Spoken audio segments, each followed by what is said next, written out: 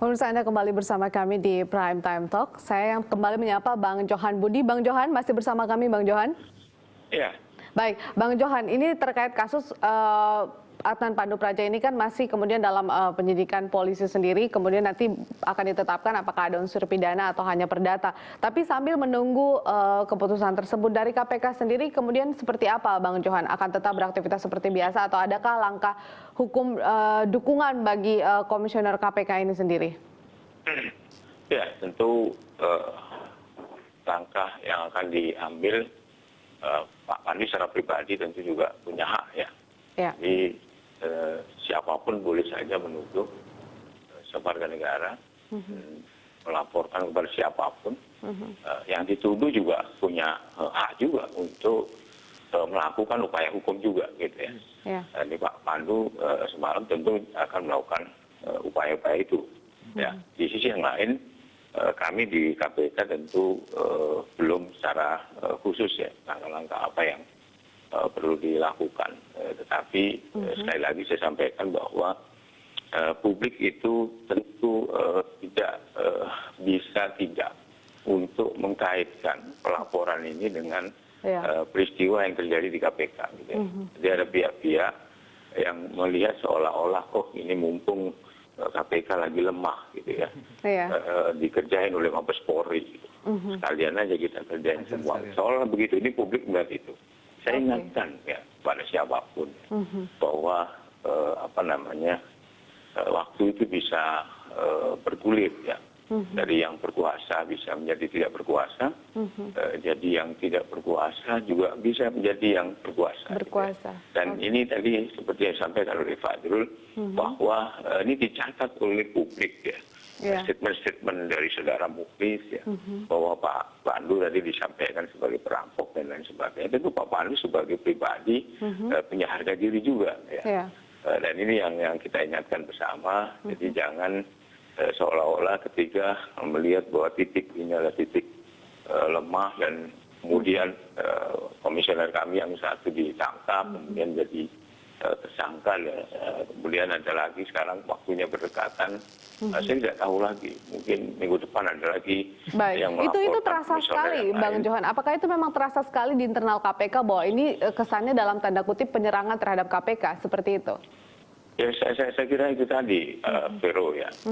Publik itu tidak bisa tidak mengkaitkan ini dengan posisi Pak Bambang yang baru saja ditangkap. Ya. Dan itu cepat sekali besoknya hari Sabtu pula ya. Tapi dari anggota-anggota KPK sendiri bagaimana? Ketua-ketua KPK sendiri bagaimana Bang Johan dari perbincangannya? Apakah memang ada sempat kemudian muncul wacana bahwa memang sepertinya KPK ini diserang begitu?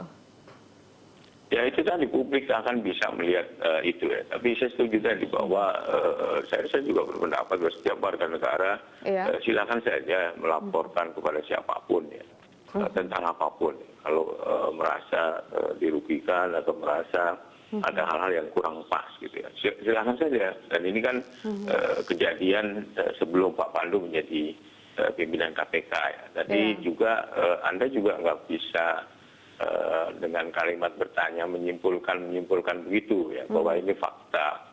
Siapa yang bilang ini fakta? Itu kan versinya Muklis ya. Kan kita tahu apa sebenarnya yang terjadi. Tentu dia dari pihak yang itu pasti ngomong ini fakta. Yang bisa membuktikan itu fakta bukan dia. Jadi ini harus hati-hati betul ya. Jadi kita menempatkan pada proporsinya. Jadi ini ada laporan yang kemudian menuding Pak Pandu sebagai perampok tadi istilahnya ya. Tentu Pak Pandu sebagai pribadi ya, sebagai warga negara juga, dia punya hak untuk melakukan upaya hukum balik ya. Nanti saya itu tidak tahu, saya sendiri tidak tahu ya berapa problem atau masalah detailnya ini. Kalau lihat perjalanan Pak Pandu pernah jadi komisioner Kompolnas ya. Sebelum menjadi komisioner Kompolnas itu kan ada pansel ya yang kemudian meminta pendapat masyarakat. Nah, kalau ini kejadiannya sudah lama ya, tentu pasti ada kalau itu jadi persoalan hukum ya. Ternyata kan tidak ada. Kemudian dia mencalonkan sebagai pimpinan KPK. Itu juga sama kan, di-feeding kepada publik. Ini calon-calon yang kalau bermasalah silakan masyarakat untuk menyampaikan. Nah, itu juga tidak ada kan waktu itu informasi ini. Tapi begitu ini ada kejadian itu tidak menunggu seminggu 2 minggu, besoknya langsung dilaporkan ke Mabes Polri yang seolah-olah ini perjalanannya sudah lama betul gitu ya, bertepatan waktunya ya, yang tidak terlalu lama dengan penangkapan Pak Bambang, kemudian penetapan tersangka Pak Bambang. Tapi itu tak lagi, kita menghormati proses hukum, adalah hak setiap warga negara untuk menggunakan saluran hukum. Kalau apabila ada hal yang menurut mereka tidak pas ya, atau ada persoalan hukum, silakan saja.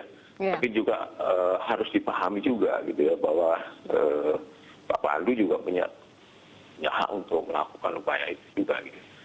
Mengenai benar atau tidak, apa yang dilaporkan tentu sangat tergantung dari penegak hukum itu sendiri. Betul, secara pribadi Pak Pandu juga punya hak untuk mengambil langkah hukum seperti apa begitu ya.